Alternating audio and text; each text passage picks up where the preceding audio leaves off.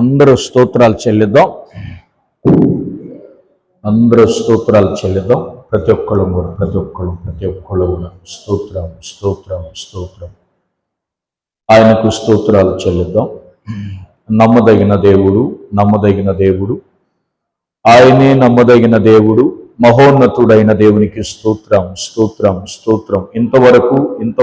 ఇంతవరకు ప్రార్థనలో మనతో ఉన్న దేవుడు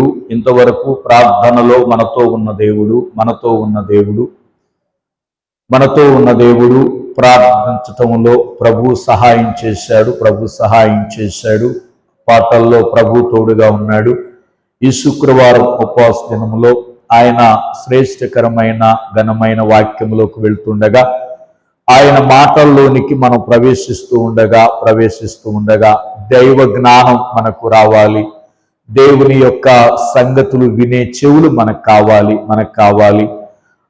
ఆలకించే చెవులు కావాలి, గ్రహించే మనసు కావాలి, గైకొనే జీవితం కావాలి అని ప్రభువుని అడుగుదాం. దేవుని వాక్యానికి వెళ్లే ముందుగా ప్రభు సన్నిధిలో మనం అడుగుదాం. అయ్యా, నీ శ్రేష్టమైన మాటలు, నీ దివ్యకరమైన మాటలు, జుంటు తేనె దారల కంటే మధురమైన నీ మాటల్లోనికి అయ్యా మేము ప్రవేశిస్తూ ఉండగా, తండ్రి శుక్రవారపు దినములో ఎంతవరకు మాతో ఉన్నావు, పాటల్లో మీ స్వరాన్ని వినిపించావు నాయన. ప్రార్థనలో ప్రతి బిడ్డ ప్రార్థించారు, ప్రతి బిడ్డ కన్నీరు కార్చారు, ప్రతి బిడ్డ రోధించారు, ప్రతి బిడ్డ విలపించినందుకు స్తోత్రాలు చెల్లిస్తున్నాను తండ్రి. అయ్యా మరి సమయంలో నీ శ్రేష్టమైనటువంటి వాక్యంలోకి వెళ్తుండగా తండ్రి, ఈ దినమున మాకేం కావాలో, ఏమి అవసరమో సమస్తాన్ని మీ నామములో మీరు మాకు బోధించండి. అయా, దీన సేవకునైన నన్ను మరొకసారి మీ హస్తాలకు అప్పగించుకుంటున్నానయ్యా. అయ్యా నా హృదయమును, నా అంతరంగమును, నా నోటిని, నా యొక్క శరీరమును, ఆత్మను మీకు సమర్పిస్తున్నానయ్యా. నా నోటి ద్వారా మీరే మాట్లాడండి, సహాయం చేయండి. ఎందరైతే నీ వాక్యం వినబోతున్నారో ప్రతి ఒక్కరికి వినే చెవి కావాలయ్యా. అయ్యా విని వదిలిపెట్టే వారంగా ఉంచొద్దయ్యా. ఏ మాటలైతే మేము వింటున్నామో, ఏ సంగతులు మేము గ్రహిస్తున్నామో అవన్నీ గైకొనటానికి, ధ్యానించడానికి సహాయం చేయమని ప్రార్థిస్తున్నానయ్యా. అట్లాగనే తండ్రి, వచ్చిన బిడ్డల కొరకు స్తోత్రాలు తెలియజేస్తూ అయ్యా, నీ వాక్యం మా హృదయాల్లో నీరు కట్టి ఫలింపు చేసి వాక్యం ద్వారా మీ నామానికి మహిమ తెచ్చుకోమని క్రీస్తు నామములో అడుగుతున్నాము తండ్రి. ఆమేన్. హల్లెలూయా, హల్లెలూయా, హల్లెలూయా. దేవునికే మహిమ కలుగునుగాక. ఆమేన్. దేవుని స్తోత్రం. కూడి ఉన్న అందరికీ కూడా ప్రభు అయిన యేసుక్రీస్తు నామములో వందనాలు తెలియజేస్తున్నాము. దేవుడు మనల్ని ప్రేమించి ఈ శుక్రవారం ప్రత్యేకంగా ఈ పగటి కాలములో దేవుడు అనుగ్రహించిన ఆయన కృపను బట్టి ప్రభుని స్తుతిస్తూ, ప్రభుని గణపరుస్తూ, మరి అందరూ ఒకసారి స్తోత్రాలు చెల్లిద్దామా? రెండు చేతులు పైకెత్తి అందరూ ఒక్కసారి.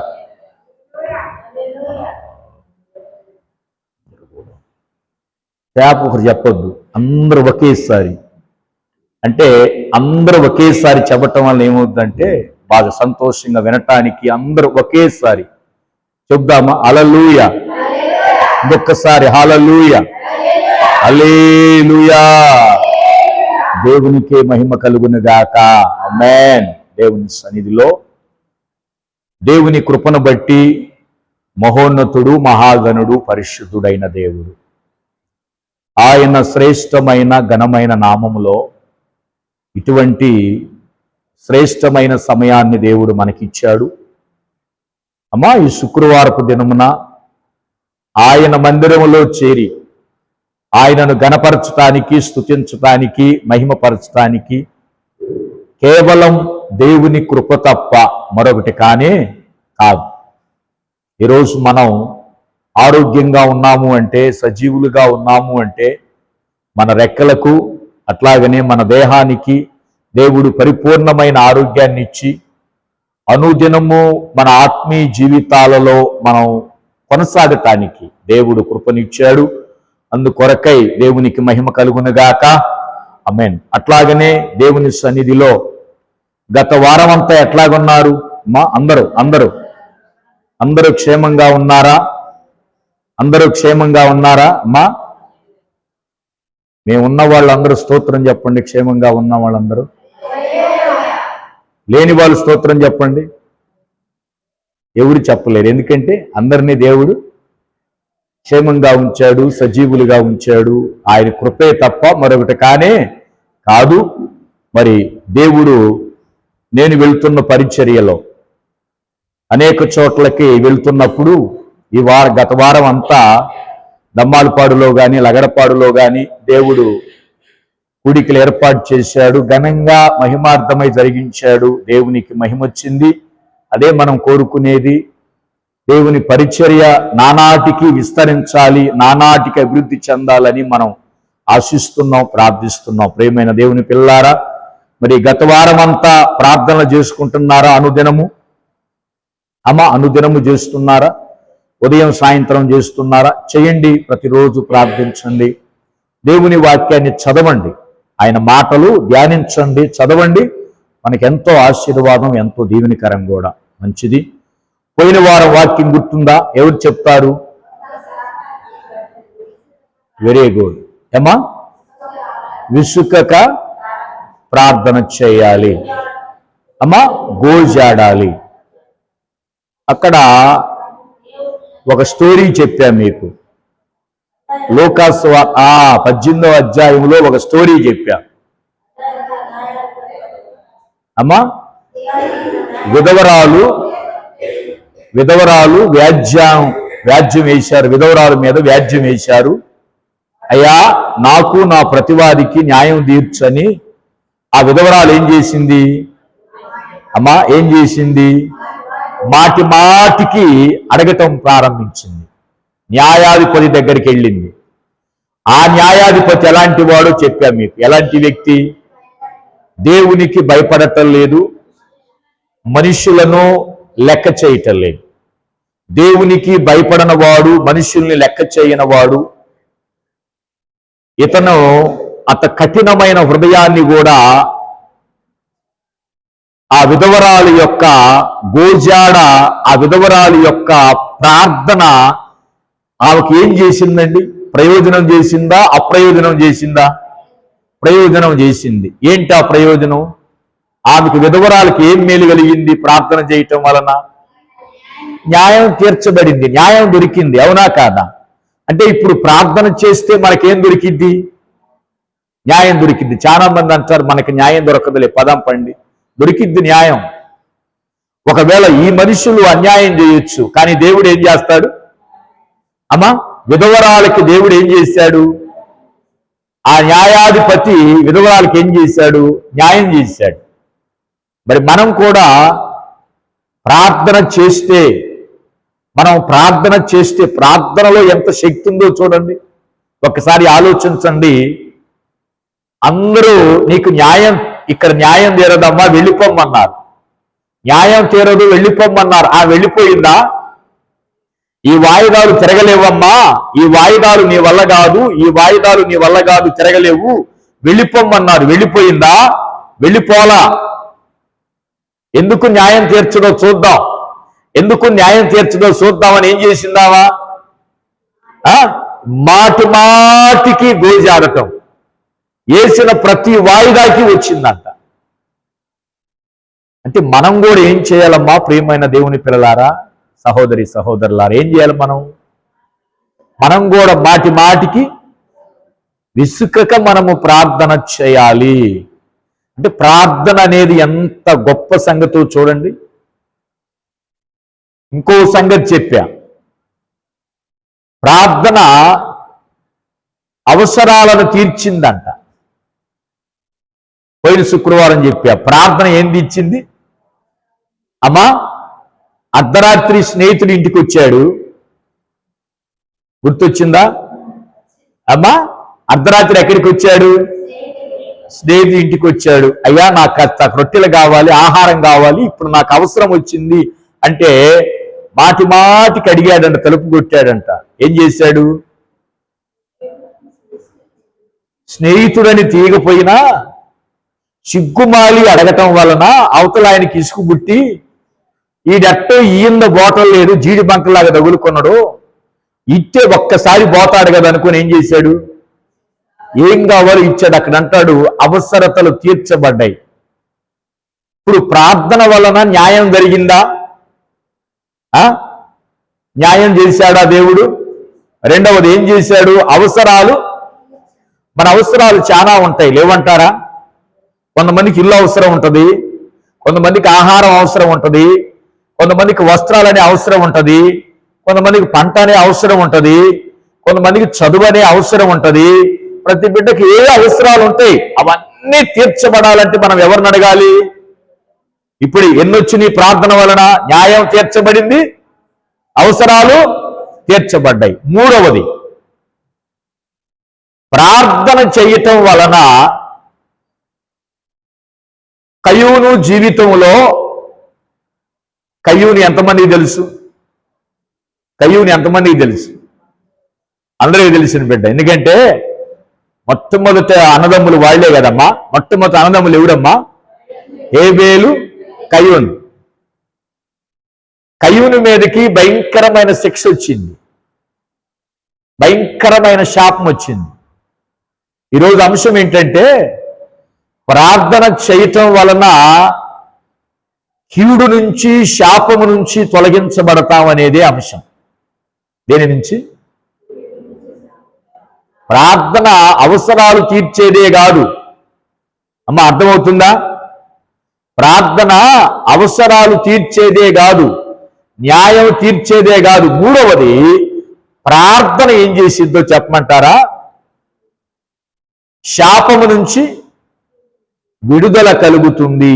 చదువుకుందాం ఆ మాట. కయ్యూను ప్రార్థన చేశాడు, పశ్చాత్తాపముతో ప్రార్థన చేశాడు.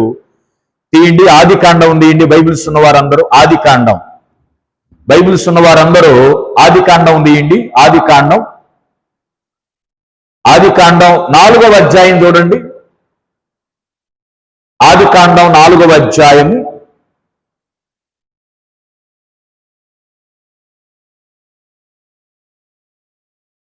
4వ అధ్యాయము తీశారా? 13, 14 వచనాలు చదవండి. 14, 15 వచనాలు కూడా.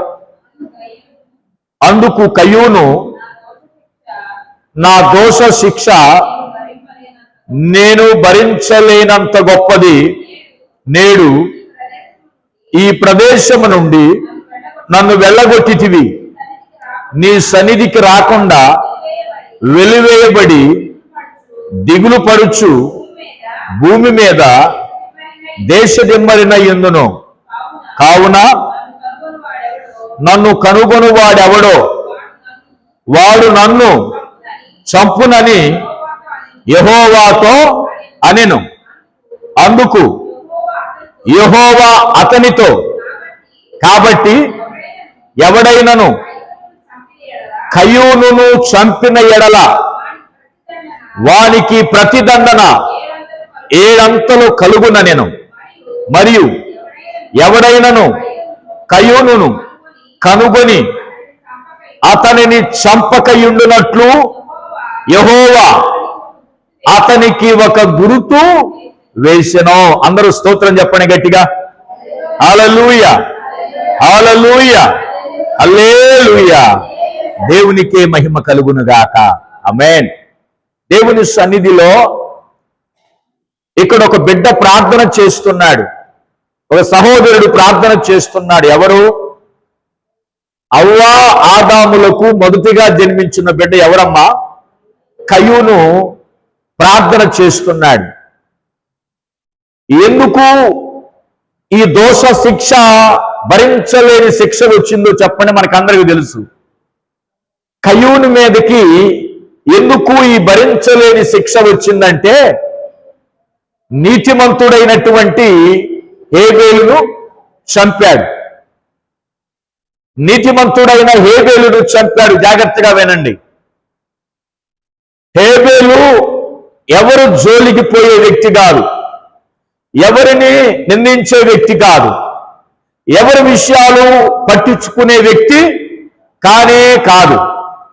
హేబేలు దేవుని ఎదుట నీతిమంతుడై ఉన్నాడు. ఏమై ఉన్నాడు? నీతిమంతుడై ఉన్నాడు దేవుని ఎదుట. అయితే కయ్యూనికి తమ్ముడిని చూడగానే వచ్చింది, ఈర్ష్య వచ్చింది, అసూయ వచ్చింది, పగ పెంచుకున్నాడు, చంపాడు. అడ్డం లేకుండా చేయాలనుకున్నాడు. ఎవరిని? తమ్ముణ్ణి అడ్డం లేకుండా చేయాలనుకున్నాడు. దాని పర్యవసానంగా దేవుడు మాట్లాడాడు. ఏమని దేవుడు మాట్లాడాడు? 10వ వచనం చూడండి. ఏమని దేవుడు మాట్లాడాడు 10వ వచనంలో? అప్పుడు ఆయన, నీవు చేసిన పనేమిటి? నీ తమ్ముని రక్తము యొక్క స్వరము నేలలో నుండి నాకు మొరపెట్టుచున్నది. కావున నీ తమ్ముని రక్తమును నీ చేతిలో నుండి పుచ్చుకొనుటకు నోరు తెరిచిన ఈ నేల మీద ఉండకుండా నీవు శపించబడిన వాడవు. నీవు నేలను సేద్యపరుచున్నప్పుడు అది తన సారమును ఇక మీదట నీకు ఇవ్వదు. నీవు ఈ భూమి మీద దిగులు పరుచు దేశదిమ్మరివై ఉండువనెనో. దేవునికి స్తోత్రం. దేవుడేమన్నాడు? నీ తమ్ముని రక్తమును చిందించావు గనుక నువ్వు చేసిన పనేంటి? ఒక నీతిమంతుని రక్త దోషము నీ మీదకొచ్చింది, శిక్ష నీ మీదకొచ్చింది, భరించలేని శిక్ష నీ మీదకొచ్చింది. నిన్ను చూసిన వాడు ఎవరైనా నిన్ను చంపుతారు. ఏం చంపుతారు? నిన్ను చంపుతారు.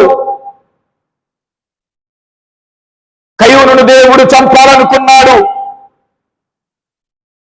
రక్తమును గురించి తీర్పు తీర్చాలనుకున్నాడు.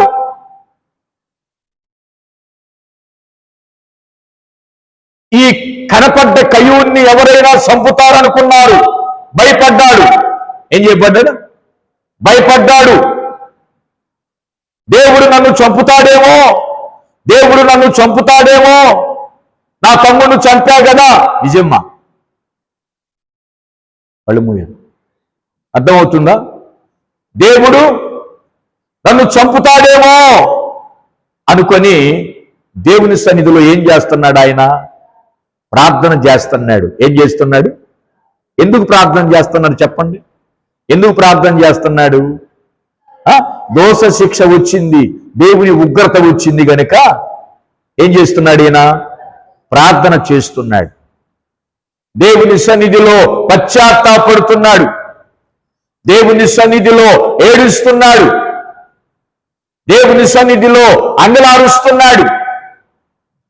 జాగ్రత్తగా గమనించండి. ఆయన కరుణామయుడు, దయామయుడు, జాలి కలిగిన దేవుడు గనుక ఈయన ఎప్పుడైతే మొరపెట్టాడో, ఈయన ఎప్పుడైతే కన్నీరు కాలుస్తున్నాడో, ఈయన ఎప్పుడైతే దేవుని సన్నిధిలో పాదాలు పట్టుకొని అయ్యా నన్ను క్షమించయ్యా, నన్ను క్షమించయ్యా అని ఏడ్చి కన్నీరు గార్చి ప్రార్థిస్తున్నాడో, ఏమడుగుతున్నాడు? కయ్యూను దేవుణ్ణి క్షమాపణ అడుగుతున్నాడు. ఏమడుగుతున్నాడు? అయ్యా నన్ను క్షమించు, నన్ను క్షమించయ్యా అని పశ్చాత్తాపడుతూ దేవుణ్ణి అడుగుతున్నాడు. ప్రియ దేవుని పిల్లలారా, మనం కూడా దేవుని సన్నిధిలో ఏదైనా మనము పొరపాటు చేసినప్పుడు ఏం చేయాలి?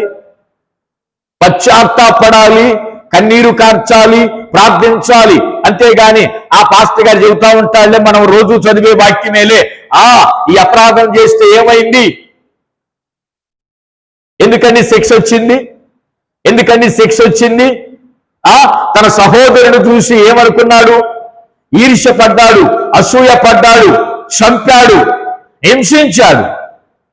ఈరోజు ఇలాంటి వాళ్ళు ఉన్నారా లేదా? అమ్మా ఉన్నారా లేదా? హింసించే అక్కలు ఉన్నారా లేదా? హింసించే చెల్లెళ్ళు ఉన్నారా లేదా? హింసించే తోడుకోడళ్ళు ఉన్నారా లేదా? ఆ మాటకి తలకాయ గట్టిగా ఊపుతున్నారు తెలుసు నాకు. హింసించే అత్తలు ఉన్నారా లేదా? హింసించే భర్తలు ఉన్నారా లేదా? ఉన్నారు. హింసించే వాళ్ళు ఉంటారు, మన పక్కనే ఉంటారు. ఎక్కడో ఉండరండి హింసించే వాళ్ళు. బయట వాళ్ళు హింసించే వాళ్ళు ఉండరు, ఇంట్లో వాళ్ళే. ఎవరు? ఇంట్లో వాళ్ళే హింసించేది, ఇంట్లో వాళ్ళే హేళన చేసేది, ఇంట్లో వాళ్ళే నవ్వేది, ఇంట్లో వాళ్ళే ఇచ్చేసేది. అయినా ప్రియమైన దేవుని పిల్లలారా, కయ్యూను చేసిన పాపం ఏంటంటే, ఏమండి, మనం అనుకుంటాం, నేను ఊరకు అసూయ పడ్డా కదా, ఈర్ష్య పడ్డా కదా, ఏమైంది అనుకుంటాం. అది పెద్ద పాపం అంట మల్లేశ్వరి. ఏది పెద్ద పాపము మల్లేశ్వరి? హింసించటం పెద్ద పాపం, దూషించటం పెద్ద పాపం. రెండవది ఈర్ష్య పడటం పెద్ద పాపం, అసూయ పడటం. ఇవన్నీ మనకు పాపాలుగా గుర్తించవు. సహజంగా అనుకోం మనం. ఏమని? ఇవన్నీ పాపాలు అనుకోవచ్చు. పాపాలే. ఏంటయ్యా పాపాలు? ఏంటి పాపాలు? గమనించండి. అసూయ ఎట్లాగా మారిందో తెలుసా? అసూయ ఈర్ష్య ఎట్లాగా మారిందో తెలుసా? కక్షగా మారిద్దంట అసూయ. అసూయాని గనక మనం పెంచి పోషించామంటే, దీన్ని అసూయ ఈర్ష్యను గనక ఎల్లకాలం మన హృదయంలో ఒక వ్యక్తి మీద ఉంచుకున్నామంటే అది ఏమైందో తెలుసా? మహావృక్షమైద్ది హృదయంలో. అమ్మా, ఆ అసూయ ఎట్లాగా మారిద్ది? కక్షగా మారిద్ది. ఆ కక్ష ఎట్లాగా మారిద్ది? పగగా మారిద్ది. ఆ పగ ఎట్లాగా మారిద్ది? మరణానికి దారితీసిద్ది. మరణానికి చంపుదామన్న పగ. ప్రియమైన దేవుని పిల్లలారా, కయ్యూను చేసిన పొరపాటు అదే. ఒక నీతిమంతును చూసి అసహించుకోవటం, ఒక నీతిమంతును చూసి హేళన చేయటం, చంపటం క్షమించరాని దోషం. ఎప్పుడైతే కయ్యూను మీదకి శిక్ష వచ్చిందో, ఇక ప్రభు సన్నిధికి వెళ్ళి ఏం చేస్తున్నాడైనా? ప్రార్థన చేసినప్పుడు పశ్చాత్తాపముతో ఎవరైతే ప్రభువును ఆశ్రయిస్తారో, ప్రభు పాదాల దగ్గర ఉంటారో, దేవుడు అన్నాడంట, నువ్వెంతగా ప్రార్థన చేస్తున్నావు గనుక, నువ్వెంతగా ఏడుస్తున్నావు గనుక, నువ్వెంతగా కన్నీరు కార్చావు గనుక దేవుడు ఒక మేలు చేశాడు. ఏంటా మేలు? దేవుడు కయ్యూనును చూడండి, ఎక్కడి నుంచి పంపించాడు కయ్యూనుని? 14వ వచనం, నేడు ఈ ప్రదేశమున నన్ను వెళ్ళగొట్టితివి, నీ సన్నిధికి రాకుండా వెలివేయబడి దిగులు పరుచు భూమి మీద దేశదిమ్మరినై ఉండును, నన్ను కనుగొనువాడెవరో వాడు నన్ను చంపునని యెహోవాతో. ఎవరైతే కయ్యూను చూస్తారో వాళ్ళని చంపుతారు. దేవుడు చంపడు, బయట వ్యక్తి ద్వారా దేవుడు చంపుతాడు గనుక నన్ను చూసిన వాడు ఎవరైనా నన్ను చంపుతాడు. నేను తమ్ముని చంపా కదా, నన్ను ఎవరైనా చంపొచ్చు అనుకుంటున్నాడు. అయ్యో నేను చనిపోతానేమో అనుకుంటున్నాడు. అయ్యా నన్ను చనిపోకుండా నా ప్రాణాన్ని కాపాడని కయ్యూను ఏం చేస్తున్నాడు? ప్రార్థన చేస్తున్నాడు. దేవునికి స్తోత్రం, హల్లెలూయా. అమ్మా, మనం ఎదుటి వ్యక్తి మీద ఈర్ష్యపడి అసూయ పడితే దేవుడు ఎక్కడి నుంచి త్రోసేస్తాడు మనల్ని? రాశాడు చూడండి.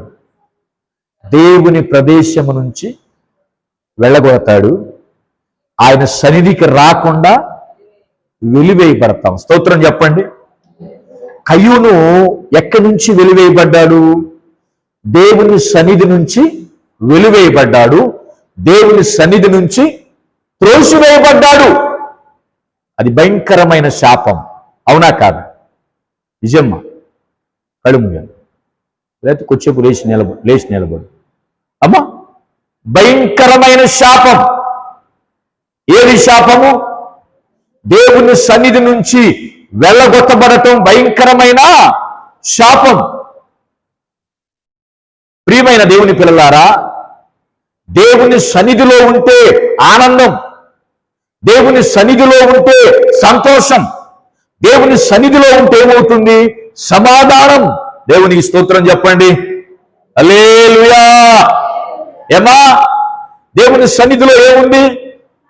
సంతోషం ఉంది, సమాధానం ఉంది, నెమ్మది ఉంది. కానీ కయోను వీటన్నిటినీ పోగొట్టుకున్నాడు. ఏవి? శాంతిని పోగొట్టుకున్నాడు, సమాధానాన్ని పోగొట్టుకున్నాడు, దేవుని సన్నిధిలో ఉండి ఆయనను స్తుతించే అవకాశాన్ని కూడా పోగొట్టుకున్నాడు. ప్రియమైన దేవుని పిల్లలారా, జాగ్రత్తగా వినండి. అమ్మా, మనం ఎదుటివాడికి అపకారం చేస్తే, మనం ఎదుటివారికి కీడు చేస్తే మనం ఎక్కడి నుంచి బయటకు వస్తాం? దేవుని సన్నిధిలో నుంచి మనం త్రోసివేయబడతాం. ప్రియమైన దేవుని పిల్లలారా, దావీదు గారు కూడా నీతిమంతుణ్ణి చంపాడు. దావీదు గారు. కయూనేమో హేబెలును చంపాడు.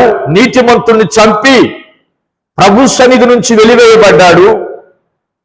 దావీదు గారు నీతిమంతుణ్ణి చంపి దేవుని సన్నిధిలో నుంచి త్రోసివేయబడ్డాడు. కయూనేమో హేబెలును చంపాడు.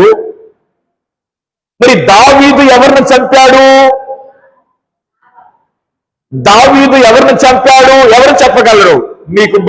మీకు బ్రెయిన్కి మేత. దేవునికి స్తోత్ర. అమ్మా, ఎస్, దేవుని సన్నిధిలో ఉరియాను, బత్షెబా యొక్క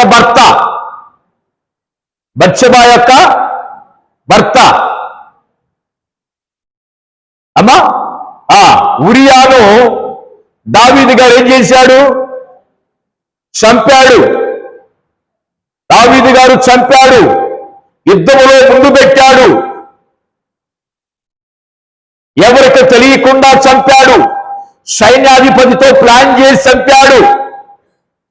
ఏమండి, నువ్వు సైన్యాధిపతితో ప్లాన్ చేయటం దేవుడు చూడలేదా? చంపటం దేవుడు చూడలేదా? కానీ ఆ వ్యక్తి దేవుని బిడ్డ, నీతిమంతుడు గనుక ఇవన్నీ తక్కువ బిక్కులు తెలియలా. సైన్యంలో ముందు పెడుతుంటే రాజుగారికి నా మీద ప్రేమ ఎక్కువైందనుకున్నాడు పిచ్చివాడు. అమ్మా, దావీదు గారు అతన్ని చంపేశాడు. యుద్ధంలో ఏమీ తెలియదన్నట్టుగా ఏం చేశాడు? చేతులు కడుక్కున్నాడు. నాకేం తెలియదు అన్నట్టు తిని మూతి తుడుచుకున్నట్టుగా ఉంది. భర్త వచ్చేసరికి మొత్తం తిని, ఓ సహోదరుందులే, పేరు ఎందుకులే, అదిగా ఈ లైవ్ చాలా మంది చూస్తున్నారు ఈ వాక్యం తర్వాత, అప్లోడ్ అయిన తర్వాత. ఒక భర్త అన్నాడు, పాస్టర్ గారు మీకు తెలియదండి, ఏంలా బక్క సిక్కిపోతున్నావు, మీ ఆవిడేంది లావు అవుతుందన్నా. నేను ఎందుకో, ఇదేమో నానాటికి ఏం చేస్తుండో, బక్క సిక్కిపోతుండో, ఆమెమో ట్రిమ్లా తయారవుతుంది. ఏంది కారణం అన్నా నేను. పాస్టర్ గారు ఏం చెబుతుంది ఏంది? నాకేమో పచ్చడి మెతుకులు, నేను వచ్చేసరికి మొత్తం కమ్మగా సేమియా ఉప్మా మొత్తం చేసుకొని మొత్తం తినేసి ఖాళీ బాండి అక్కడ పెడుతుంది. అదేమంటే ఏదో ఇడ్లీ తెచ్చుకోమంటుంది. నా చెప్పుల పాస్టర్ గారు ఎవరు చెబుతావు?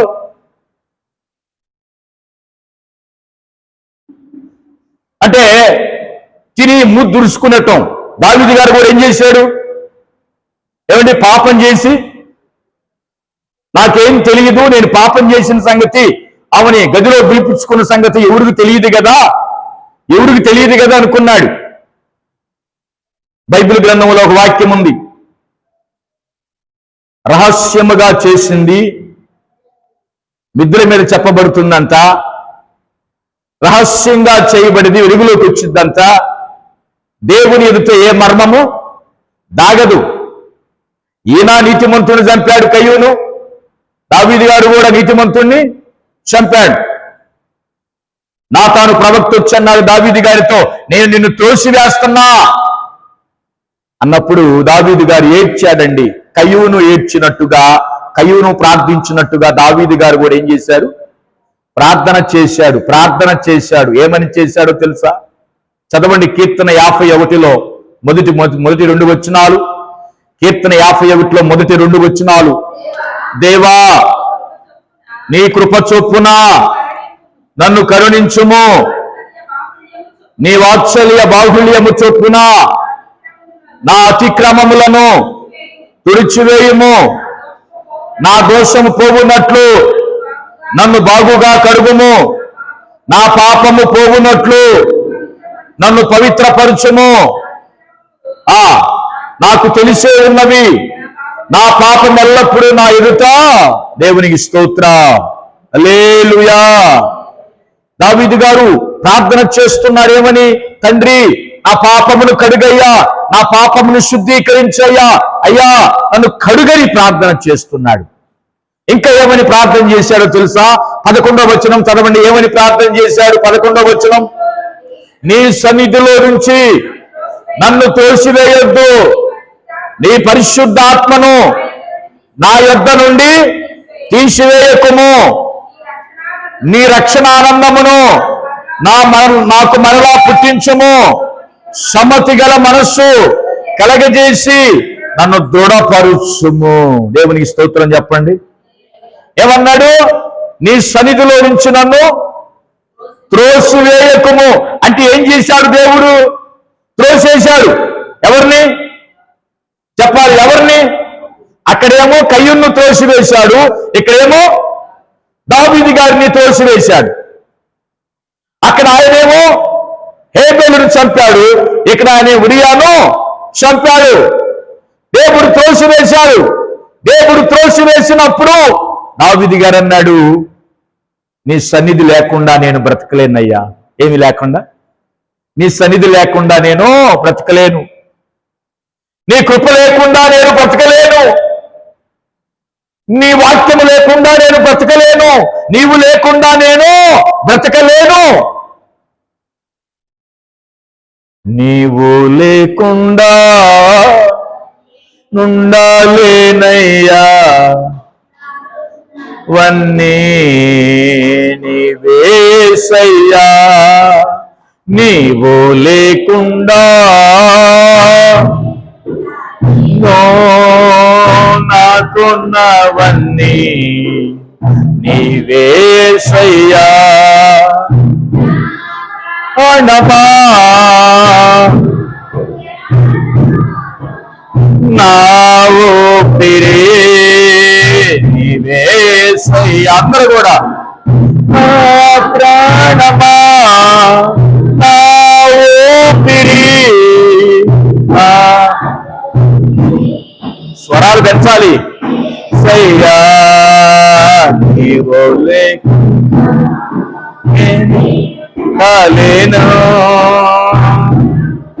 వన్నీ నీవేసయ్యా. హల్లెలూయా. ఏమొచ్చున్నాడు దావీదు గారు? నీవు లేకుండా నేను లేనయ్యా. కయ్యూను అంటున్నాడు, నీవు నాకు కావాలయ్యా. దావీదు గారు అంటున్నాడు, నీవు నాకు కావాలయ్యా, నా అపరాధమును క్షమించండి. దేవుడు త్రోసివేశాడు, ఆయన సన్నిధిలో లేకుండా చేశాడు.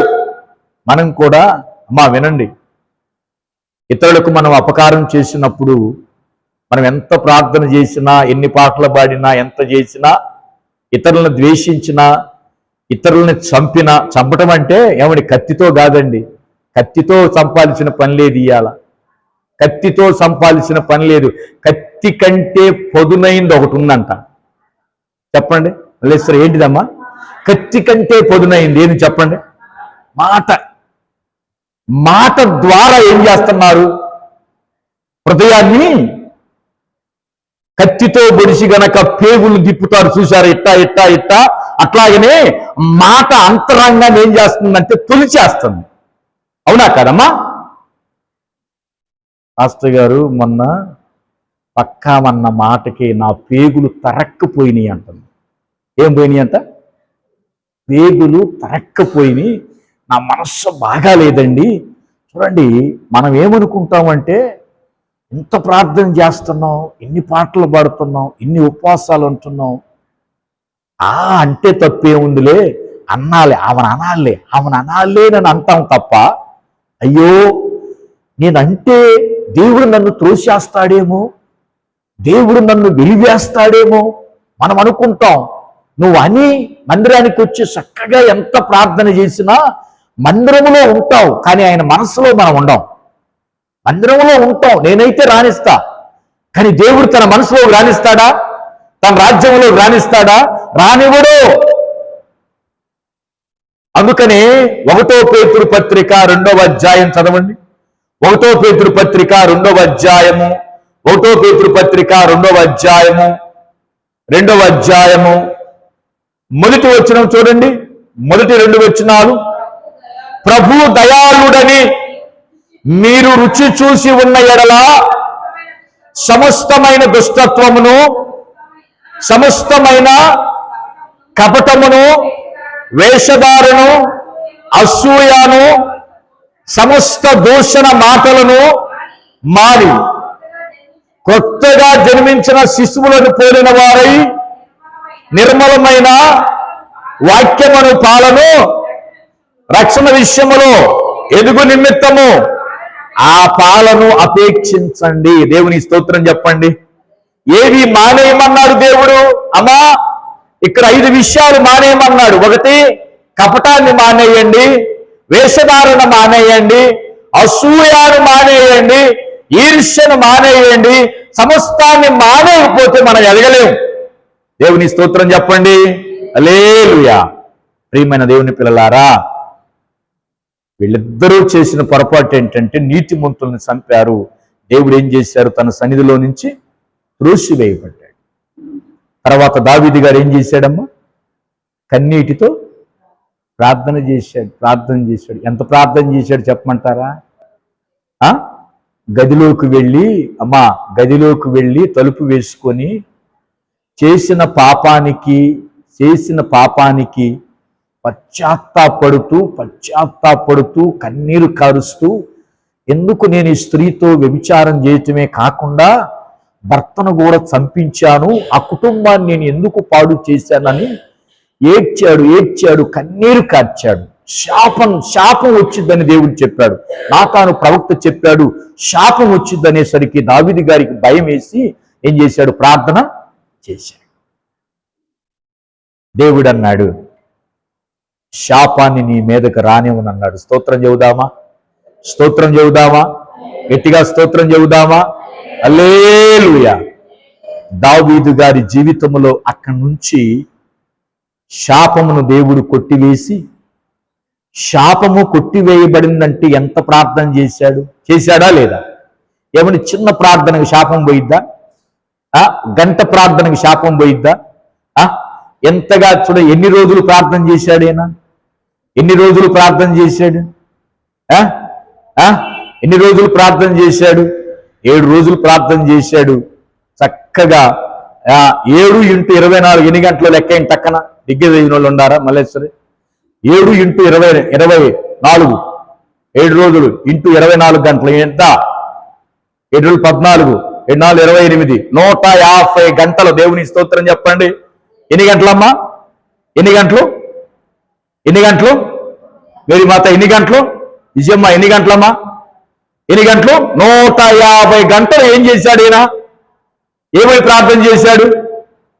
దోషాన్ని తీసివేయి, శాపాన్ని తీసివేయమని ప్రార్థన చేసినప్పుడు దేవుని స్తోత్రం. హల్లెలూయా. ఏమిటి అన్ని గంటలు మనం చేయగలుగుతామా? పాస్టర్ గారు 1 గంట చేసేసరికే అసలు నేను ఎంత చేశానో అంతమంది చెప్పుకుంటావో. ఇది 1 గంట ప్రార్థనకే పాస్టర్ గారు చేతమ టక్కని ఎమ్మటి గట్టిగా చెప్తావు. 1 గంటకే నేను చేశాను పాస్టర్ గారు అంటావు. ఆయన ఎన్ని గంటలు చేశాడమ్మా? 168 గంటలు. స్తోత్రం చెప్పండి. ఏడ్చాడు, వేసిన తలుపు తీయలేదు, ఆహారం తినలేదు, అన్నం లేదు, నీళ్లు లేదు, ప్రార్థన చేశాడు. ఆ దోషాలను క్షమించయ్యని ప్రార్థన చేసినప్పుడు దేవుడు దోషాన్ని కొట్టివేశాడు. కయ్యూను కూడా ప్రార్థన చేశాడు. ఏమని? అయ్యా నన్ను ఎవరైనా చంపుతారేమో ప్రభువా, నన్ను ఎవరైనా చంపుతారేమో ప్రభువా అనగానే దేవుడు కనికరించి ఏం చేశాడో తెలుసా? అమ్మా నువ్వెంత అపరాధం చేసినా, నువ్వెంత పొరపాటు చేసినా పోయి యేసయ్య కాళ్ళు పట్టుకున్నావు మనకి ఏం చేస్తాడండి? ఏం చేస్తాడు? క్షమించగల దేవుడు. స్తోత్రం చెప్పండి. మనం రోజంతా ఏదో ఒకటి చేస్తున్నాం, సాయంత్రానికి ఏం చేస్తున్నాం? అన్ని క్షమించు అనగానే ఏం చేస్తాడు ఆయన? క్షమించగల దేవుడు. దేవుని స్తోత్రం. ఆయన క్షమించగలిగిన దేవుడు. కయ్యూని వెళ్ళి పాదాలు పట్టుకున్నాడు. అయ్యా నన్ను క్షమించయ్యా. ఇప్పుడు నన్ను ఎవరైనా చంపుతారేమో అన్నప్పుడు దేవుడు ఏమన్నాడు తెలుసా? నిన్ను చంపకుండా ఉండటానికి నేను ఒక గుర్తునిస్తున్నాను అన్నాడంట. దేవుని స్తోత్రం చెప్పండి. ఏమిటి ఆ గుర్తు? ఇక్కడ రాయబడలా, కానీ ఆయనకు గుర్తు ఇచ్చాడు. ఏమిచ్చాడు? గుర్తు ఇచ్చాడు. కయ్యూను చూసిన ప్రతి ఒక్కళ్ళు ఆ గుర్తును చూసేసరికే ఆయన చంపటానికి చేతులు వచ్చినాయా? చేతులు రాలా. కయ్యూను చంపలేకపోయారు. ప్రియమైన దేవుని పిల్లలారా, కయ్యూన్ని చంపలేకపోయారు. ఒక గుర్తు ఇచ్చాడు. కయ్యూన్ని తాకటానికి ఎవరి వల్ల కాదు. దేవుని స్తోత్రం. కయ్యూన్ని తాకే హక్కు ఎవరి వలన కాలేదు. అదే గనక దేవుడు ఆ గుర్తుని ఇవ్వలేదనుకో,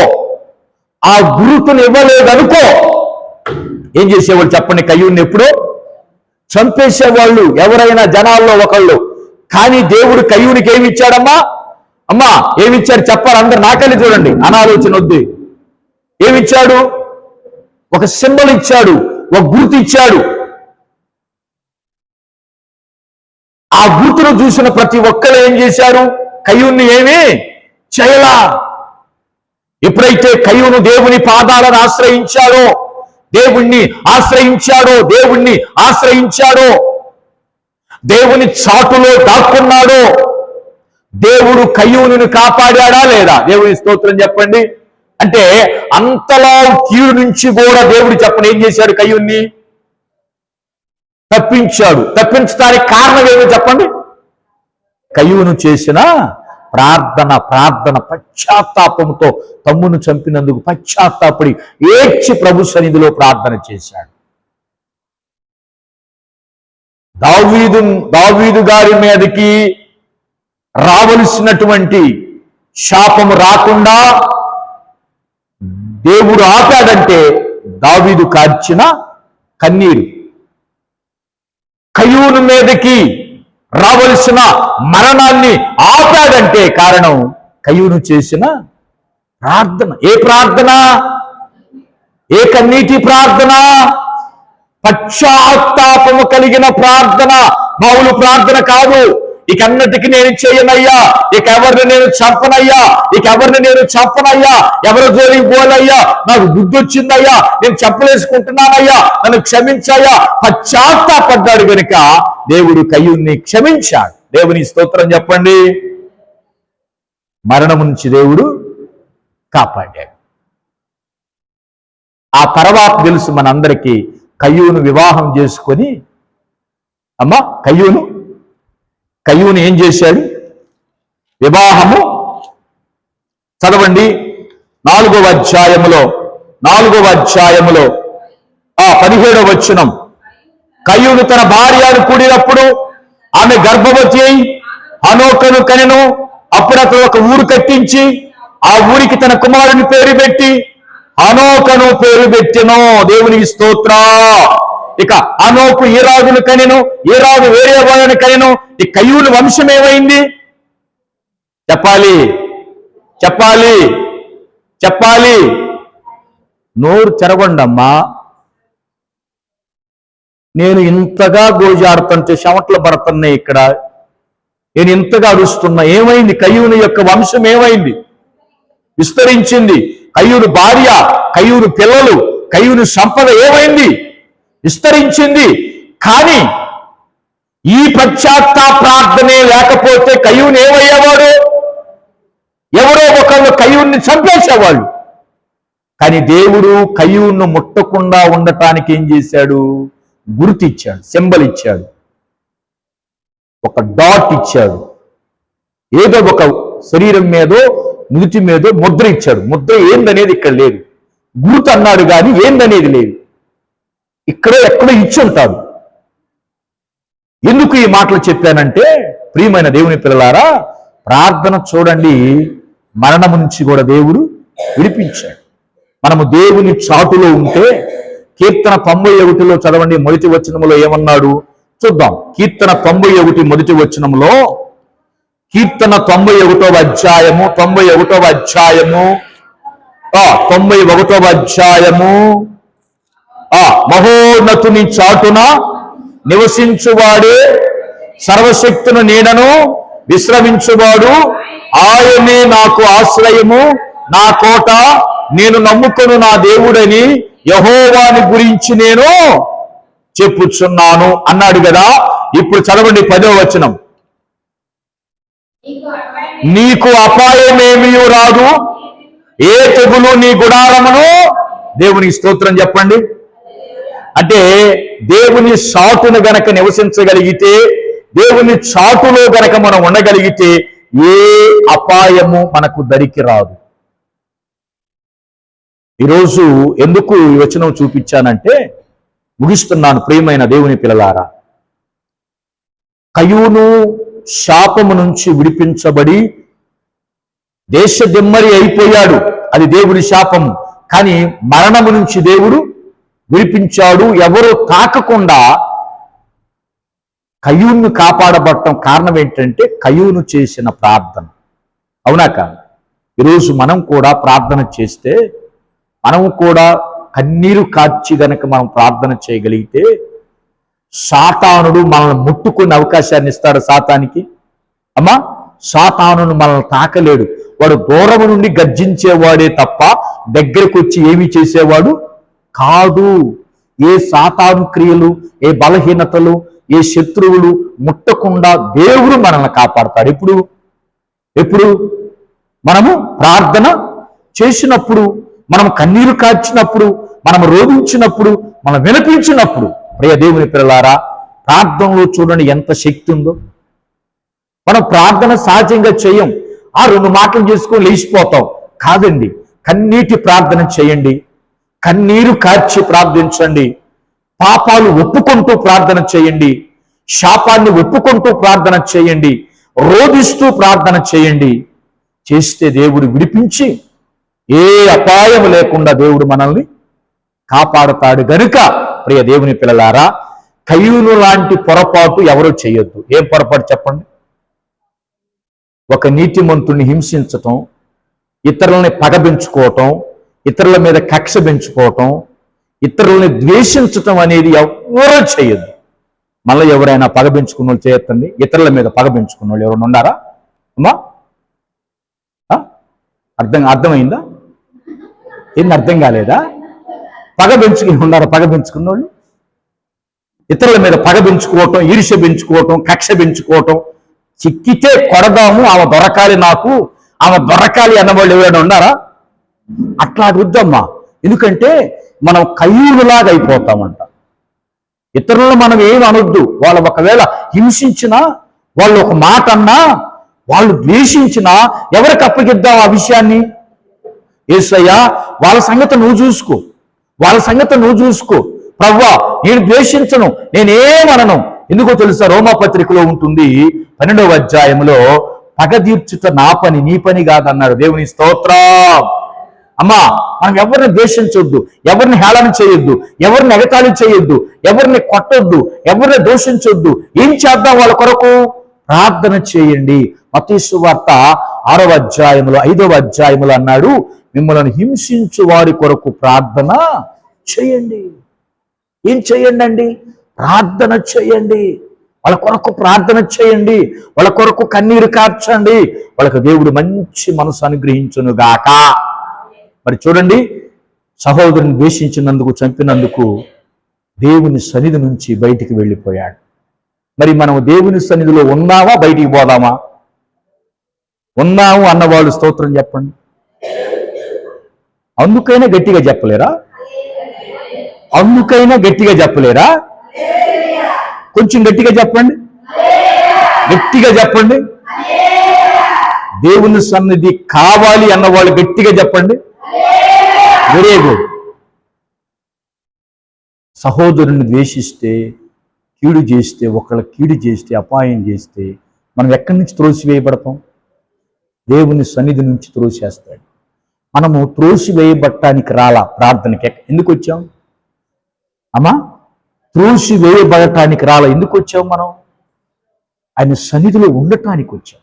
తండ్రి, ప్రార్థన చేసుకుందాం. ప్రభువా, నేను ఎవరినైనా ద్వేషిస్తున్నానా? నా మనసులో ఎవరి మీద కక్ష పెంచుకున్నానా, పగ పెంచుకున్నానా? క్షమించయ్యా. కయ్యూను లాంటి మనస్సు నాకు అవసరం లేదయ్యా.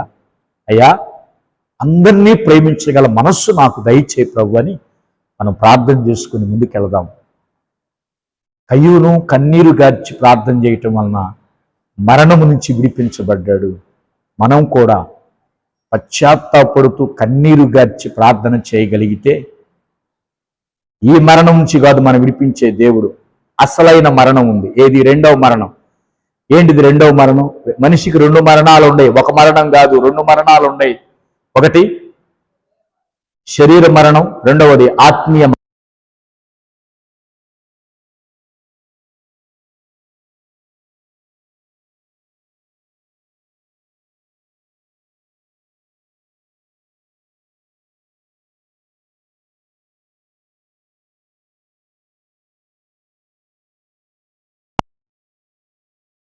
సహోదరుణ్ణి కోసం ప్రార్థన చేయగలిగితే, సహోదరుణ్ణి ప్రేమించగలిగిన రోజున దైవరాజ్యంలోకి వెళ్తాం గనక కయ్యూను లాంటి మనస్సు నాకు అవసరం లేదు ప్రభువా, అయ్యా హేబేలు లాంటి మనస్సు నాకు కావాలని మనం ప్రార్థన చేసుకొని ముందుకెళదాం.